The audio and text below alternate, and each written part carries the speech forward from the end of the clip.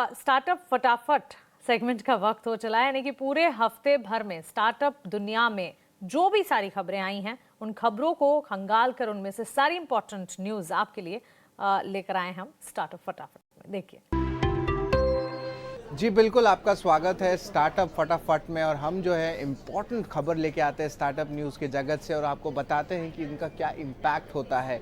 अब जो है सबसे पहले हम बात करेंगे डंजो की, जहाँ पे आपकी डिलीवरी सर्विसेज जो होती है वो गुड्स की, प्रोडक्ट्स की, वो जो है कंपनी फोकस में लाती है। और यहाँ पे उनको लीगल नोटिस आ गया है 7 कंपनी से आपके अनपेड ड्यूज़ को लेके। अब याद रखिए स्टार्टअप्स में जो है पेमेंट इश्यूज़ हो रहे हैं और ओवरऑल जो पाथ टू प्रॉफिटेबिलिटी होती है उसमें भी प्रेशर पड़ रहा है, तो उसके कारण जो है ऑफ कोर्स डंजो में भी ये इम्पैक्ट देखने मिल रहा है। लेकिन इस हफ्ते का बड़ा खबर है बायजूस का। यहाँ पे इम्पॉर्टेंट न्यूज़ फ्लोज देखने मिल रहे हैं एंड ऑफ कोर्स वहाँ पे बहुत सारे फाइनेंशियल इरेगुलरिटीज़ के रिपोर्ट्स आ रहे हैं और गवर्नमेंट ने भी अनाउंस कर दिया है इम्पोर्टेंटली कि जो इंस्पेक्शन होती है उनके फाइनेंशियल्स, कॉर्पोरेट इश्यूज़, ये सब को जो है लेके एक टाइप से इंस्पेक्शन शुरू होगा। इसके अलावा बायजूस जो है आउटस्टैंडिंग जून के महीने में जो पीएफ के पे आउट होते हैं वो अपने एम्प्लॉयज़ की कंप्लीट कर गए। तो एक साइड कंपनी बहुत मेहनत कर रही है कि ओवरऑल जो है उनकी जो फाइनेंशियल इरेगुलरिटीज़ और कॉर्पोरेट मिस गवर्नेंस की जो एलिजिड इश्यूज़ आ रही है उसको वो एड्रेस कर पाए, और दूसरी तरफ जो है रेगुलेटरी एजेंसीज़ का पकड़ भी बन रहा है बायजूस में।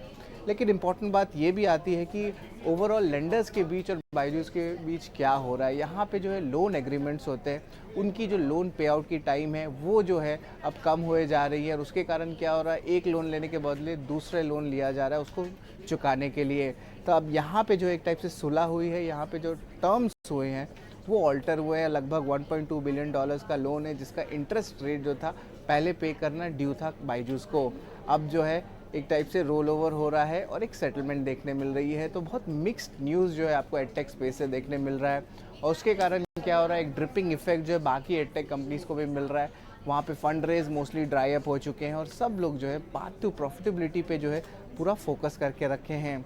कुछ और भी स्टार्टअप जगत के न्यूज़ हैं जिस पे हम फोकस करेंगे और सबसे पहला आता है कि बहुत सारे स्टार्टअप्स को जो है अब एयर फेयर की जो सपोर्ट होती है, जो एयर टिकट आप काटते हैं, अलग अलग सिटीज़ में ट्रैवल करते हैं, उसमें जो है आपको छूट और बेनिफिट्स मिलने वाली है एक्सपोर्ट प्रमोशन को लेके। ये गवर्नमेंट का ऐलान हुआ है।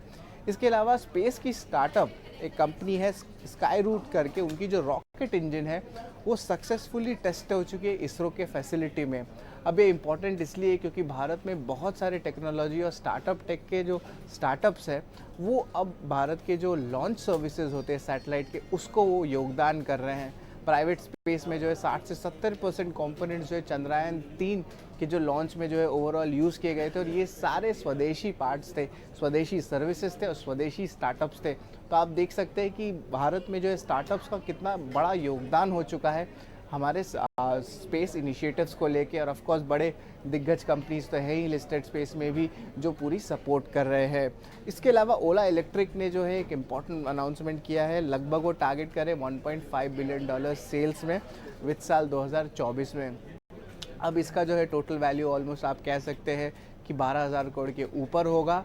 और इम्पॉर्टेंट बात ये भी कि जुलाई के महीने से जो टू व्हीलर की ईवी सेगमेंट है वहाँ के रजिस्ट्रेशंस वापस अब आने लगे। ऑफ कोर्स थोड़ी सी प्रॉब्लम ज़रूर हो रही थी क्योंकि फेम सब्सिडीज़ जो है वो थोड़ी कट हो रही है और अभी रिप्रेजेंटेशंस और इश्यूज चल रहे हैं। लेकिन ओवरऑल जो आप कह सकते हैं टू व्हीलर का ईवी सेगमेंट है वहाँ पे डिमांड अब वापस बाइंग देखने मिले और ये जुलाई के महीने से ये डेटा बता रही है। तो ये बहुत एक इंटरेस्टिंग फेज़ है आगे जाते हुए इस सेगमेंट का। और आखिर में मैं बात करूँगा टेमासेक के बारे में। एक बहुत बड़ा विशाल प्राइवेट इक्विटी प्लेयर है जो इन्वेस्ट करता है अलग अलग देशों में, इमर्जिंग मार्केट्स में इनके बड़े फंड हैं और इनका एक बहुत बड़ा ऐलान हुआ है भारत के मार्केट के लेके। यहाँ पे लगभग 10 बिलियन डॉलर का इन्वेस्टमेंट, यानी कि 70 से 80 हज़ार करोड़ का जो रेंज है इन्वेस्टमेंट का, वो भारत में वो करेंगे अगले 3 साल में। और ये जो इन्वेस्टमेंट्स होंगी लार्जली प्राइवेट इन्वेस्टमेंट्स होती है या स्टार्टअप जगत के इन्वेस्टमेंट्स होते हैं, तो उसके कारण जो ओवरऑल इकोसिस्टम है भारत में उसको सपोर्ट मिलता है। तो ये बहुत बड़ा अनाउंसमेंट जो है टेमासेक से देखने मिला है। और इसी के साथ स्टार्टअप मंत्र के इस एपिसोड में इतना ही। अगले हफ्ते फिर से एक नया ताज़ा एपिसोड लेकर हम वापस हाजिर होंगे। तब तक आप बने रहें 18 नाउ स्वदेश के साथ। नमस्कार।